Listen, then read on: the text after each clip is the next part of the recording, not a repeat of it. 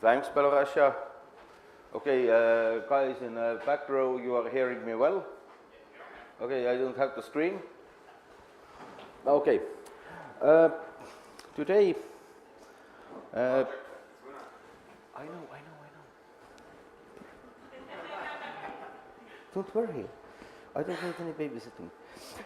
Today I'm speaking about how to brew pretty complex beer as an Eisbock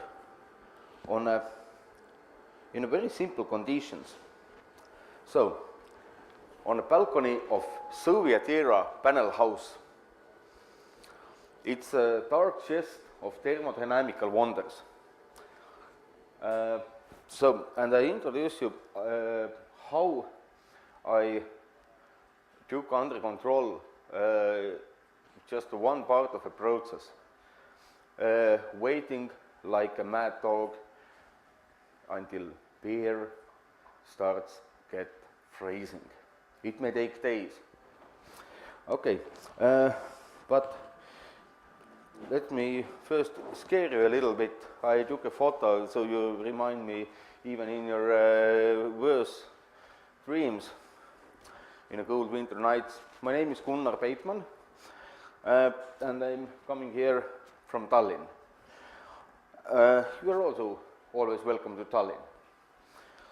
I work as a developer, architect, and sometimes I am called consultant, especially when I have to drag up from a mud some really badly screwed up project that means a lot of value for some businesses. So then I'm a consultant.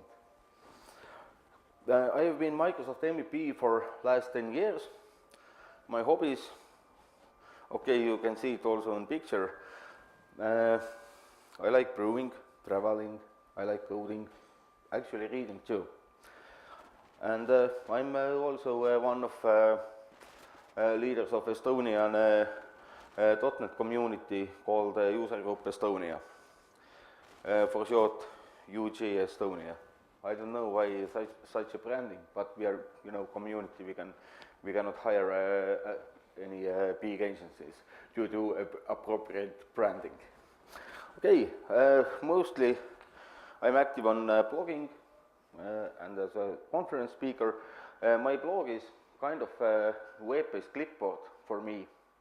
I just one day found out that the problems that I have solved, there are tons of other people who are facing same problems. So why not to share my sleepless hours with them? Okay, sharing is caring, or how it was. Okay, and on the family side, I have a girlfriend, I have a little daughter who also wanted to speak here, but it wouldn't be technically interesting for you. I'm sorry. Okay, for short agenda is here. First I speak to you a few words about Eisbock.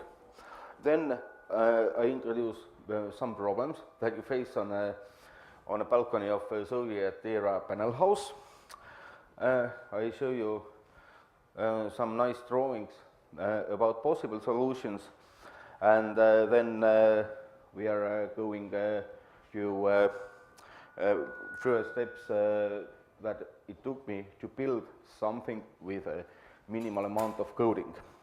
And then, of course, I try to show you how these things work.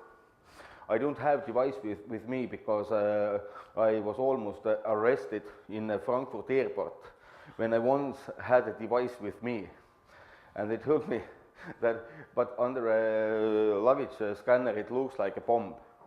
They showed me screen, really it looked like bomb. So this is the address where you can find practically all my blog writings, links to my source code that is prepared for my dear audience. It works. There are also some ugly code. I'm not very strong on the client side stuff, In Bulgaria, once with a local community, we found out that server side guys are always fat and client side guys, for some reason, are always thin. I don't know why. It's perhaps some kind of something about Estonia and Bulgaria. So let's get started with Eisbock. Okay, legend says that Eisbock was invented or discovered back in days accidentally when one tired brewery lad left some bock barrels outside. In Germany, traditionally, during a cold time, beer was lagered outside in barrels. So barrels were open but covered with some cloth. So the brewery lad was tired. He went to home to sleep and left some barrels outside. And night came freezing cold. When the poor lad came back next day, early in the morning, then brewmaster was already there, very mad because what was in the barrels was frozen. Back in time, they didn't know that alcohol and beer freeze in different temperatures. So the brewmaster decided to punish the poor lad and said, okay, what was left liquid in the barrels, you must drink it. The guy took a tankard, filled it, and took a sip of punishment. But a big smile came over his face. It was the best ever godly punishment he has ever got. And as a generous guy, he also shared the punishment with everybody else standing around. This is what legend says. What is a Eisbock when we buy it from somewhere? Actually, it is a double bock that is ice distilled. Main characteristics of these beers are they have a very bold body. You don't feel alcohol content, but it is there. It's pretty strong. By flavor and taste, you can find hints to black bread, dark caramel, dried fruits, black pepper. Some of these have little floral hints too. But this is not a beer that you take with a six-pack. You can do it, but your morning next day will start in the midnight next day. So be warned. But actually, it is a style of beer that is not easy to brew at home. But you can do it. In most of European countries, this is my favorite one. The bottle costs around starting from 3.5 euros up to 5 or 6. If you are able to brew something like this at home, then the price of one bottle will be somewhere around 1.2 euros or 1.5. I think it's a good result. But if you have a balcony full of beers, just don't fall to this six-pack trap, you know. You may later need a medical care. Okay, problems related to freezing are actually pretty simple. You have 20 liters of beer. Everything on the temperature side that is happening is going with a very big inertia. So when you have many surprises on the thermodynamic side, you have to consider that a house is also shining a heat out a little bit and so on. So suddenly the boring trash chamber called the balcony gets kind of a wonderful wonderland. Believe me. Okay. Beer doesn't freeze when it's 0 degrees. Depending on alcohol content, it may need like 5 degrees, -5, something like this. So you know that cold weather is coming, but you don't want to sit next to your bucket like a watchdog. You have something normal to do. perhaps drink some other Eisbock. So, and opening bucket frequently is a bad thing because yeast may get some hibernated friends. When you start bottling a beer, you wake up big yeast. But if a cold weather took some other, let's say, relatives of yeast in a bucket, then yeast, it is like a big, totally sick in office. You do your work, not very well, but there is puke all around. This is what yeast will do when it gets somehow infected or it has some kind of unexpected neighbors. So my first drawing was this. Really, I took a picture of my first draft I was drawing. So the most important part is here, actually. To get rid of all these thermodynamical surprises, we actually need two sensors. One for beer and one for ambient temperature. Because if you don't control central heating, you at least want to know if something is happening, you know. And then I thought, okay, actually I have to send the data to somewhere. Okay, let it be Azure Cloud. There will be something. And then let's just try to visualize it. Okay, I'm actually grown up with Azure Cloud. So I actually, it wasn't just a blind bet. I knew that, okay, there are services available. I just don't know how they technically work. But it's, how it is said in Russian, Dela techniki. Okay. So, as the next thing, I bought some components. The most expensive one is a board itself. Other ones are actually pretty cheap. I think here in Belarus you should have some hardware factories. There should be a bunch of hardware factories in Ukraine, so you don't have to pay the same price as I had to pay. But these things are actually pretty cheap ones. So, and then I found one Thomas Kane from internet who had a good blog post about how to put all these things together. I'm not electronics guy. I mean, I can do electronics, but then first I have to make life insurance. So, and this is the end result that almost sent me to jail in Frankfurt airport. My friend helped me with internals of this little box. I asked for something around it because all this thing will be on a balcony in the cold. It can be snowstorm and so on. So for this stuff, I am sure if it goes, you know, goes down and never wakes, I can buy a new one. What happens here? I'm not electronics guy. This is why it is protected.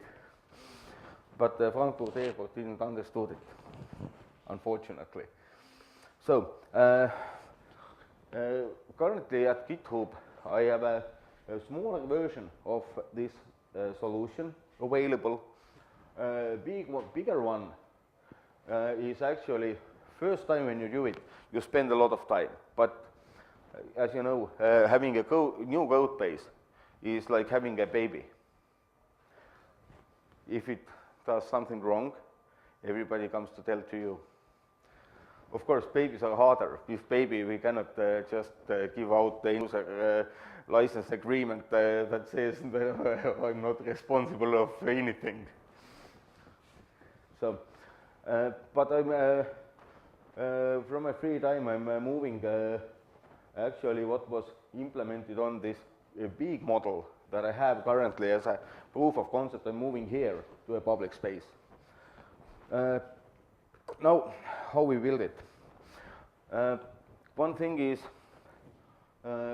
what we need is a Windows IoT background task it doesn't have any user interface at all. So I used timer threads. Now this is a part of PowerPoint where I have to always watch over my shoulder. Okay, I switched to Visual Studio. Here we have a reader service. It's full of actually pretty ugly code. But this is how it actually looks. It is just a one class that is inheriting from iBackground task, and it has a run method. Whoa.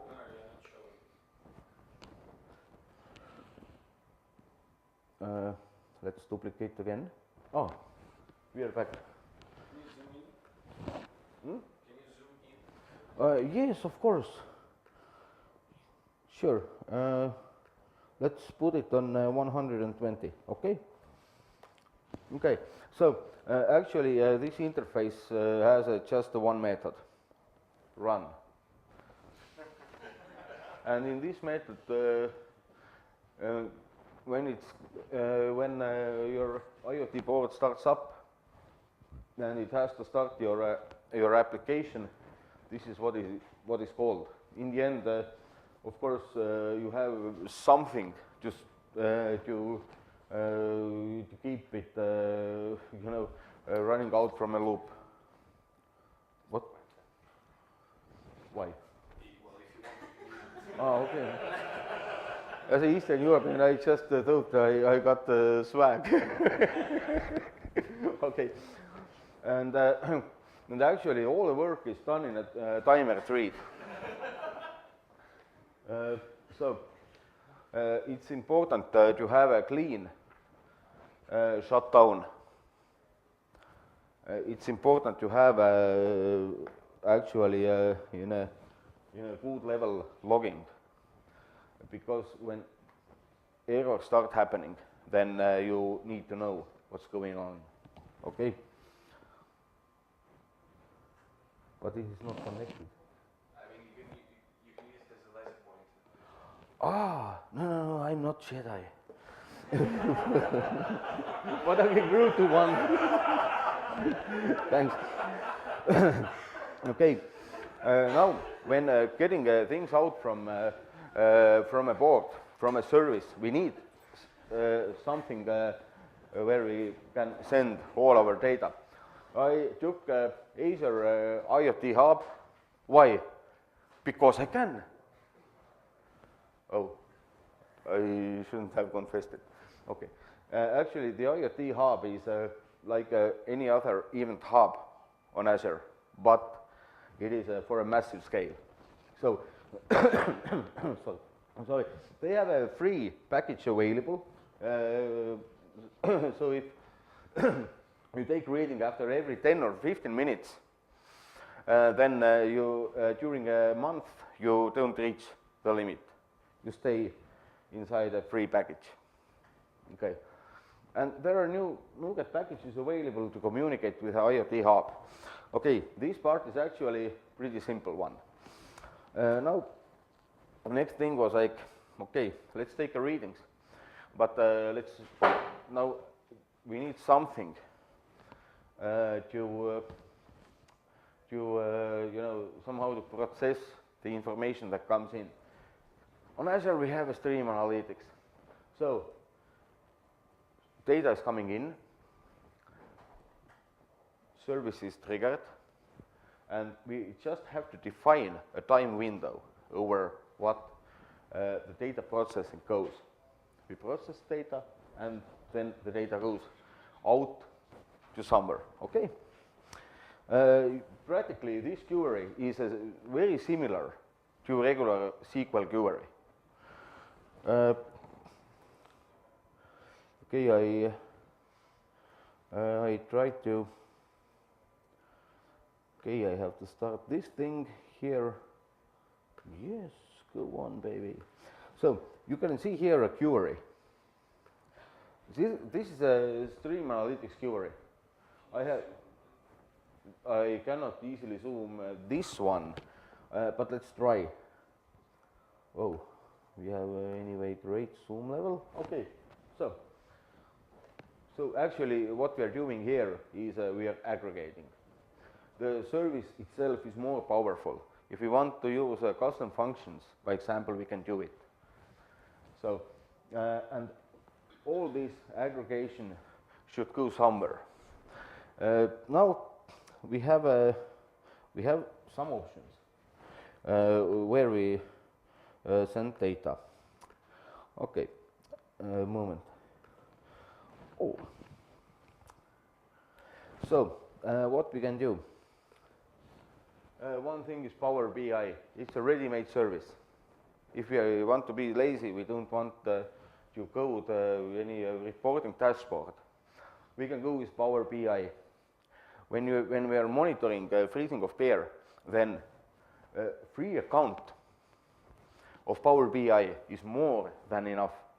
It's actually a push data, and we have to visualize it somehow. Okay. Sometimes these web applications, mobile applications, are not very, kind of stable. You have to refresh something manually, but it is getting better. So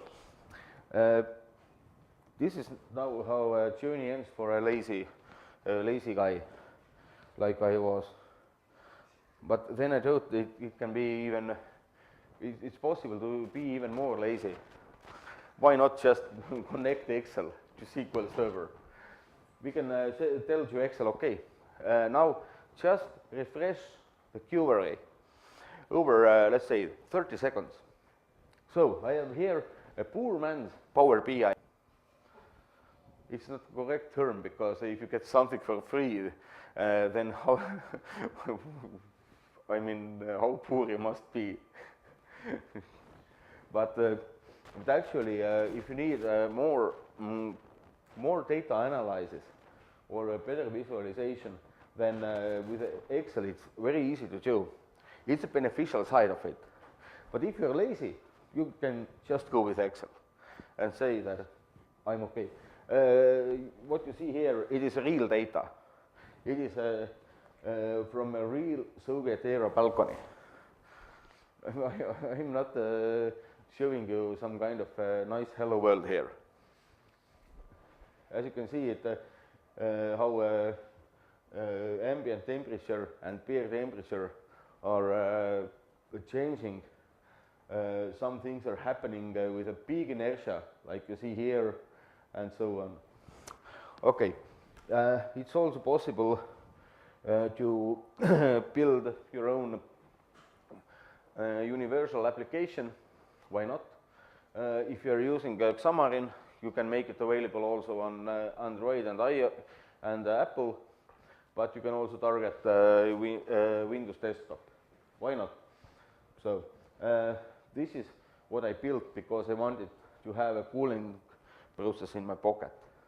So if I have to run at home from a beer house or some snowy hill where Keith likes to sledge down. Okay, so how much time we have left? 16 minutes. 16 minutes. Sweet little 16. Okay. Now let's try to run an emulated cooling process. Okay, I have emulated, I am sorry, but considering that Frankfurt Airport had issues with my little IoT solution, then going with it out from European Union will probably come with even bigger risks.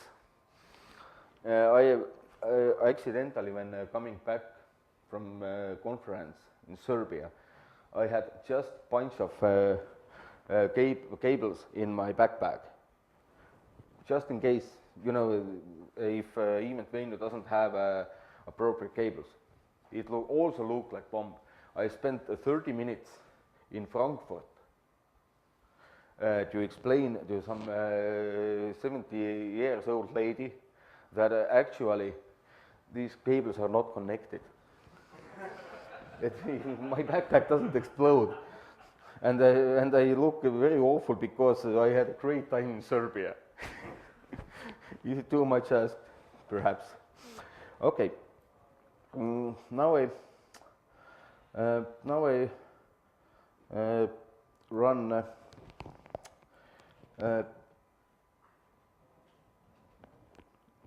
I try to run this application.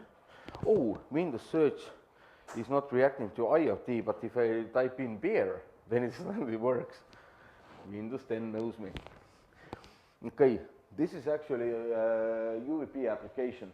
It works on a Windows desktop, it works on a Raspberry Pi if you like, on a Windows 10. It was a massive cluster headache to make it work like this. So we have enough space. It's going like this. It's a narrower screen, things all align. So, but after all this cluster headache, suddenly things start working, you have control over it. Okay, now let's try to find PowerBI, trusted Microsoft app that I don't trust very much due to some kind of lagging and other issues. Okay. Right from here, our issues actually start. It needs, so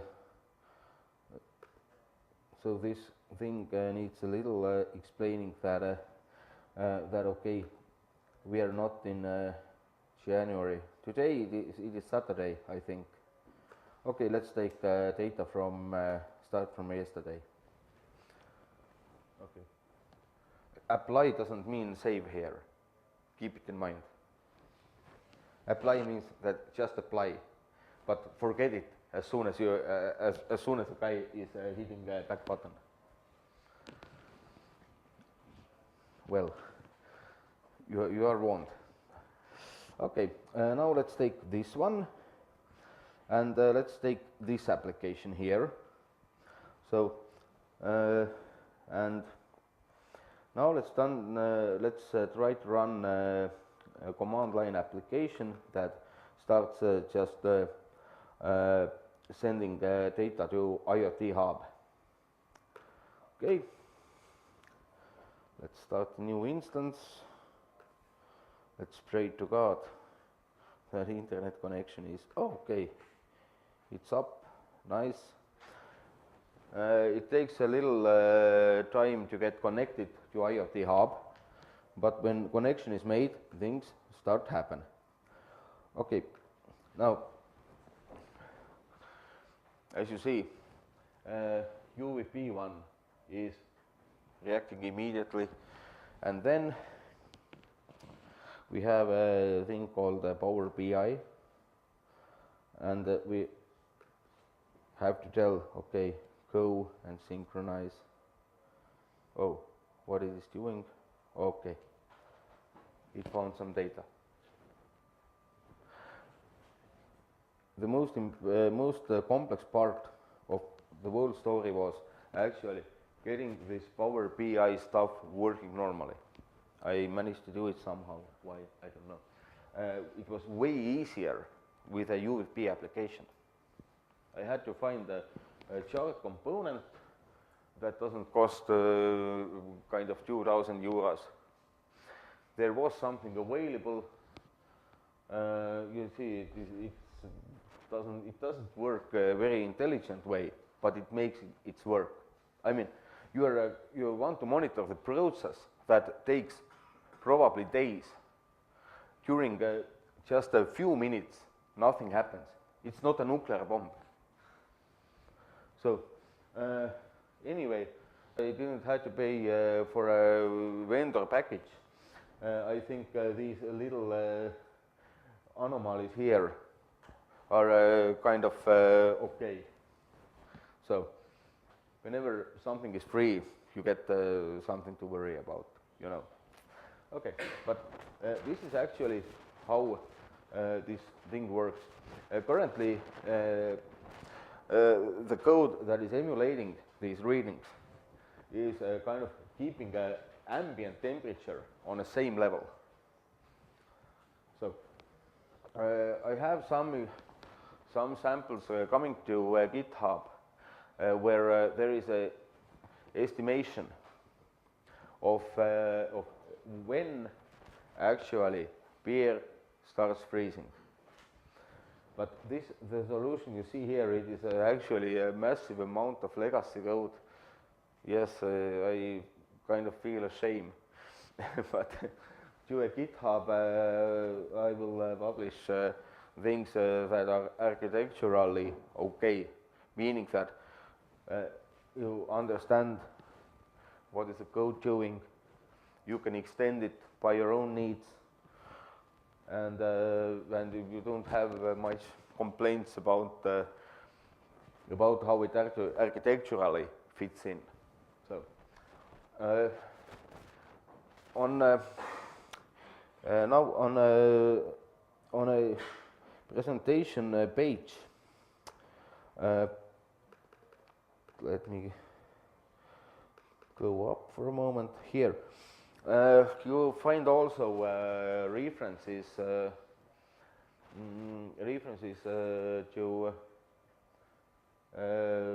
slide deck that was intensive presentation for 1 hour, but I went there through also through thermodynamical calculations.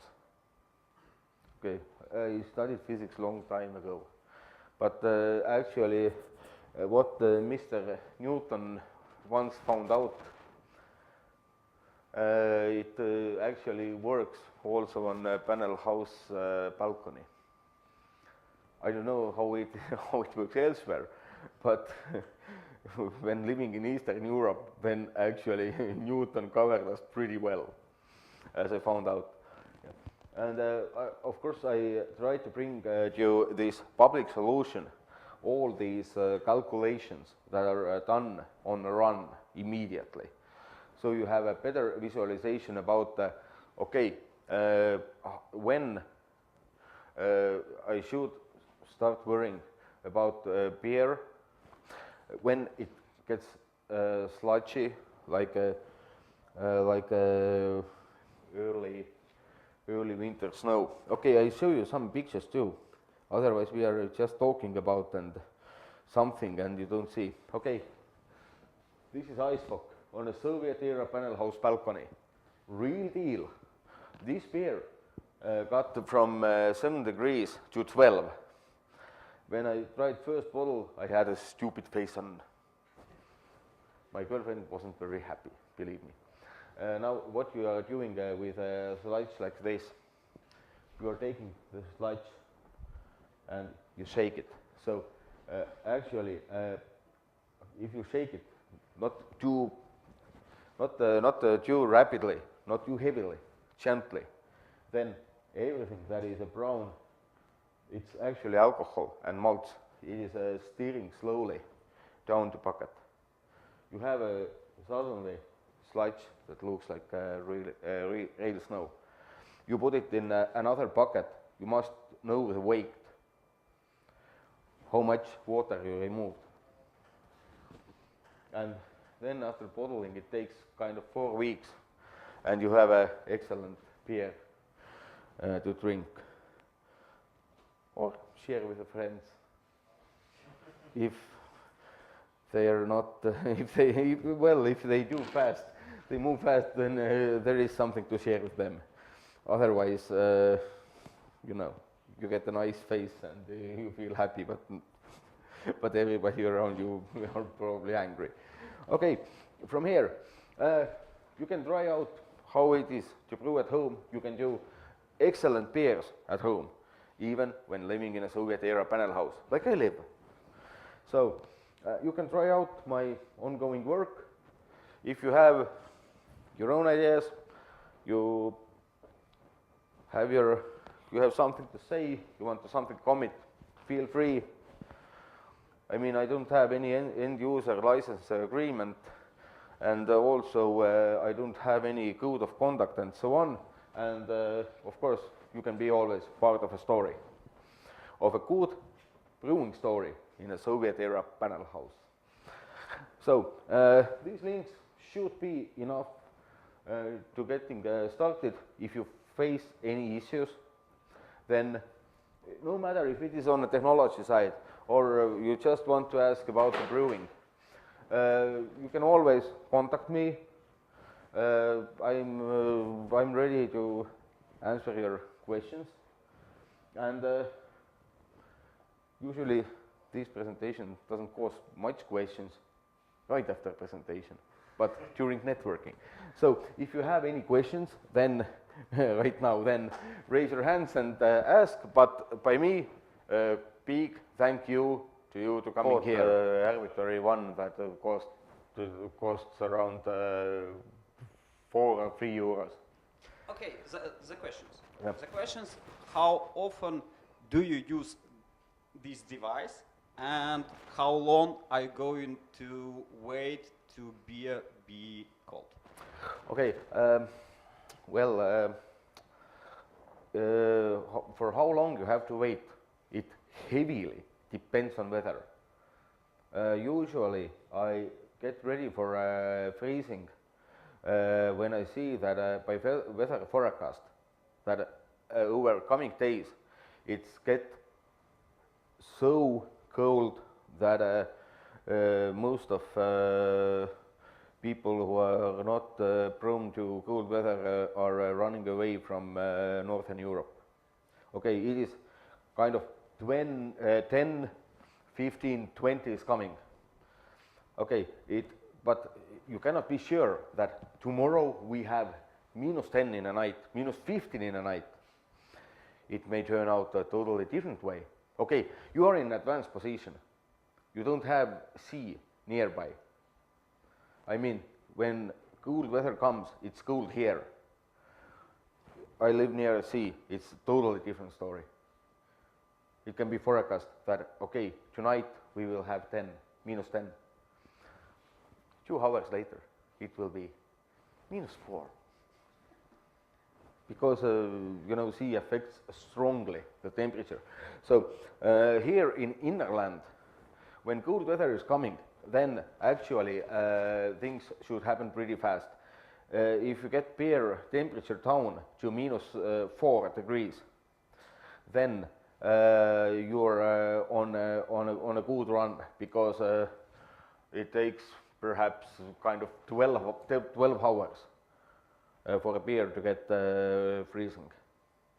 About opening bucket and so on,